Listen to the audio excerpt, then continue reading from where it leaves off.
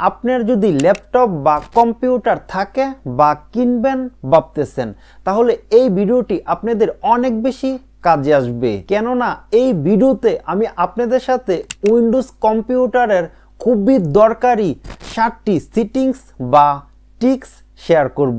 2024 সালে এসেও যদি আপনি এই টিক্সগুলো না জানেন তাহলে আপনাকে অবশ্যই বলতে হচ্ছে যে আপনি কম্পিউটার ব্যবহারে বেশ কয়েক ধাপ পিছনে আছেন।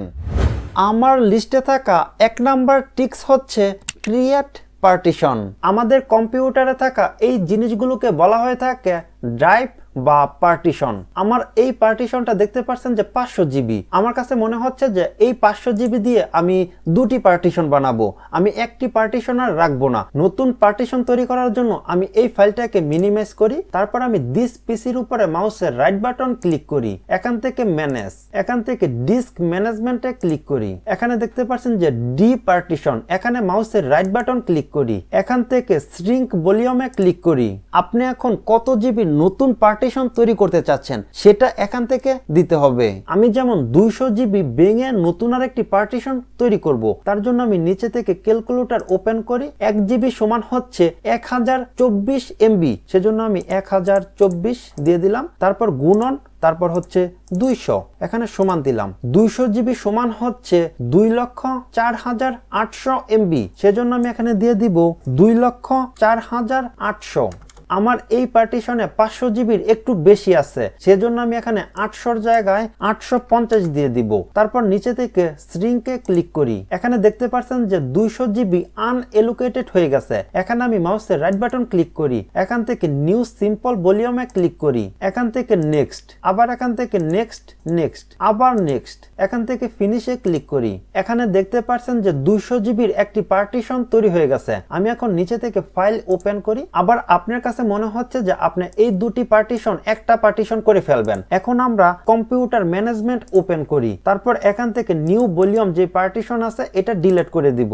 এই ডি পার্টিশনের উপরে মাউসের রাইট বাটন ক্লিক করি, এখান থেকে এক্সটেন্ড ভলিউমে ক্লিক করি, এখান থেকে নেক্সট, আবার নেক্সটে ক্লিক করি, এখান থেকে ফিনিশ। এখন দেখতে পাচ্ছেন যে দুটি পার্টিশন একটি হয়ে গেছে।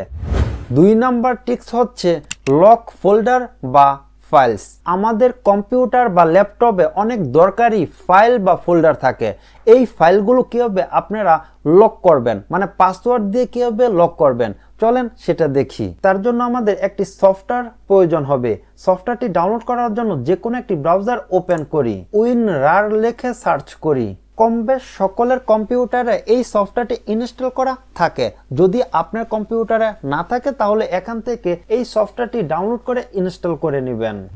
এখানে দেখতে পাচ্ছেন যে একটি ফটো রয়েছে, এই ফটোটা আমি লক করব। তো এটা লক করার জন্য এটার উপরে মাউসের রাইট বাটন ক্লিক করি, এখান থেকে অ্যাড টু আর্কাইভ এখানে ক্লিক করি। এখানে আপনার ফাইলের নাম দিয়ে দিবেন, আমার এখানে যেটা আছে সেটাই রেখে দিব। তারপর এখানে দেখতে পাচ্ছেন যে লক আর্কাইভ, এখানে ক্লিক করি, নিচে থেকে সেট পাসওয়ার্ডে ক্লিক করি। ইন্টার পাসওয়ার্ডের ঘরে আপনি নিজের মতো করে একটি পাসওয়ার্ড দিয়ে দিবেন। আমি যেমন এখানে দিয়ে দিব 1 2 3 4 5, তারপর নিচেও এই পাসওয়ার্ডটি দিয়ে দিব 1 2 3 4 5। এই দুই জায়গাতেই সেম পাসওয়ার্ড দিয়ে দিবেন। তারপর এখান থেকে ওকেতে ক্লিক করি, তারপর নিচে থেকে ওকেতে ক্লিক করি। এটা হচ্ছে আমাদের অরিজিনাল ফাইল আর এটা হচ্ছে লক করা ফাইল। এটা এখান থেকে ওপেন করি, তারপর এখানে দেখতে পাচ্ছেন যে ফটো রয়েছে। এটা যদি ডবল ক্লিক করে ওপেন করতে যাই, এখানে দেখতে পাচ্ছেন যে বলছে যে পাসওয়ার্ড দেওয়ার জন্য। এটা কিন্তু পাসওয়ার্ড ছাড়া ওপেন করা যাবে না। এখন আপনি এই অরিজিনাল ফাইলটি রাখতে পারেন, আবার আপনি চাইলে ডিলিট করে দিতে পারেন। আমি যেমন এটা ডিলিট করে দিলাম। আবার আপনি যদি চান যে এই ফাইলটিকে মানে লক করা ফাইলটিকে এক্সট্রাক্ট করবেন, সেক্ষেত্রে মাউসের রাইট বাটন ক্লিক করেন,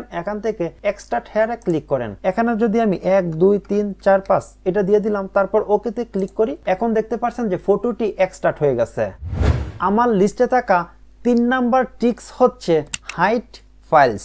আপনার ফাইল বা ফোল্ডার কিভাবে লক করবেন, মানে পাসওয়ার্ড সেট করে কিভাবে লক করবেন এটা তো শিখে নিয়েছেন, তবে আপনার ফাইলগুলো কিভাবে হাইড করবেন, কিভাবে শো করাবেন, এটা কিভাবে করবেন চলেন সেটা দেখি। আমাদের কম্পিউটারে এখানে যে একটি রার ফাইল তৈরি করেছি এটাতে কিন্তু আমরা পাসওয়ার্ড সেট করেছি। এখন অন্য কেউ চাইলে এটাকে কিন্তু এখান থেকে ডিলিট করে দিতে পারবে। আপনি যদি এটাকে হাইড করে ফেলেন তাহলে কিন্তু অন্য কেউ কোনোভাবেই জানতে পারবে না যে এখানে কোনো ফাইল আছে। প্রথমে আপনি যেই ফাইলটি হাইড করতে চাচ্ছেন ওই ফাইলটি সিলেক্ট করেন, তারপর মাউসের রাইট বাটন ক্লিক করেন, একদম নিচে থেকে প্রপার্টিসে ক্লিক করেন, নিচে দেখতে পাচ্ছেন যে হাইডেন, এটা টিক মার্ক দিয়ে দেন, এখান থেকে অ্যাপ্লাই করেন, তারপর ওকেতে ক্লিক করেন। এখন দেখতে পাচ্ছেন যে ওই ফাইলটি হাইড হয়ে গেছে। এখন ওই ফাইলটি শো করাবেন কিভাবে, মানে দেখবেন কিভাবে, সেক্ষেত্রে আপনি উপর থেকে ভিউ এ ক্লিক করেন, এখানে দেখতে পাচ্ছেন যে হাইডেন আইটেম, এখানে টিক মার্ক দিন।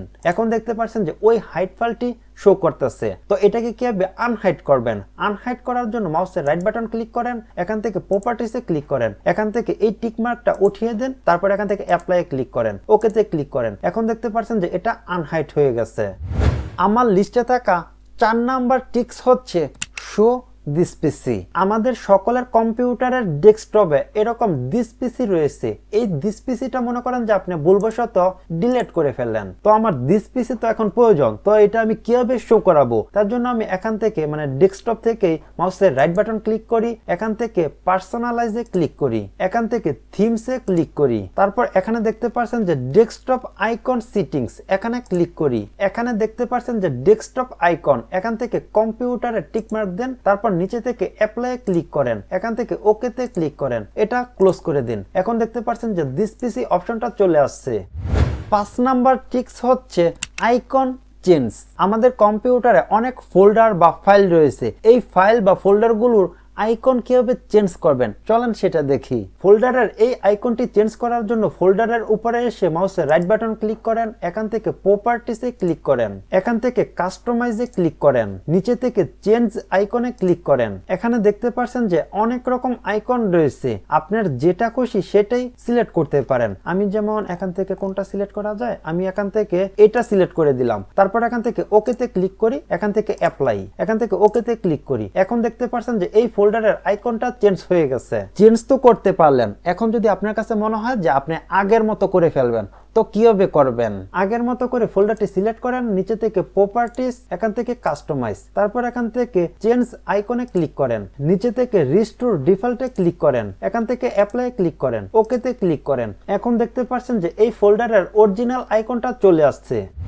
6 নাম্বার টিক্স হচ্ছে স্ক্রিনশট। আমাদের কম্পিউটারে অনেক সময় স্ক্রিনশট নেওয়া প্রয়োজন হয়ে থাকে। আপনার কম্পিউটারে আপনি 2-3 রকম ভাবে মানে একদম সহজেই কিন্তু স্ক্রিনশট নিতে পারবেন।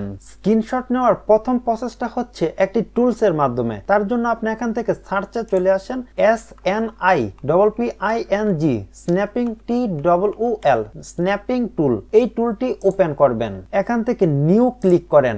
এখন আপনার যে অংশটুকু স্ক্রিনশট নেওয়া প্রয়োজন ওই অংশটুকু সিলেক্ট করেন, এটা সেভ করার জন্য এখান থেকে সেভ আইকনে ক্লিক করেন। আপনি যে জায়গায় সেভ করতে চাচ্ছেন ওই লোকেশনটা সেট করে দেন, তারপর এখান থেকে আপনার ফাইলের নাম দিতে পারবেন, এখান থেকে আপনার ফরম্যাট চেঞ্জ করতে পারবেন, তারপর এখান থেকে সেভে ক্লিক করলেই আপনার স্ক্রিনশটটি সেভ হয়ে যাবে। স্ক্রিনশট নেওয়ার জন্য 2 নম্বর পদ্ধতি, আপনি কিবোর্ড থেকে উইন্ডো কি শিফট S একসাথে প্রেস করেন, তারপর আপনি যে অংশটুকু স্ক্রিনশট নিতে যাচ্ছেন ওই অংশটুকু সিলেক্ট করেন, তারপর নিচে থেকে নোটিফিকেশনের যে অপশন আছে এখানে ক্লিক করেন, তারপর এখানে ক্লিক করেন। এইটুকু সেভ করার জন্য উপর থেকে সেভ আইকনে ক্লিক করি, তারপর এখান থেকে লোকেশন সেট করে দেই, তারপর নিচে থেকে সেভে ক্লিক করি।